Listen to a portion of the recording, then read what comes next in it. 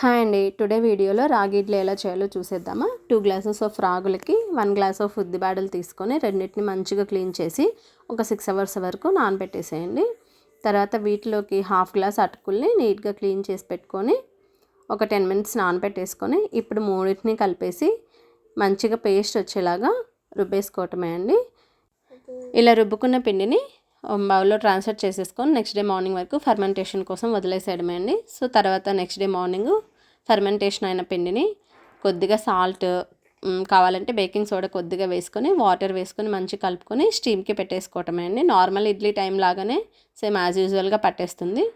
So నాకు తెలియకముందు normal idli పిండి, white idli పిండిలోనే రాగి పిండి వేసి చేసేదాన్ని అనమాట. అవే టేస్ట్ ఇంత బాగున్నాయి. కరెక్ట్గా రాగి ఇడ్లీ ఎలా ఉంటుందో ట్రై చేయాలని చెప్పి చేశాను.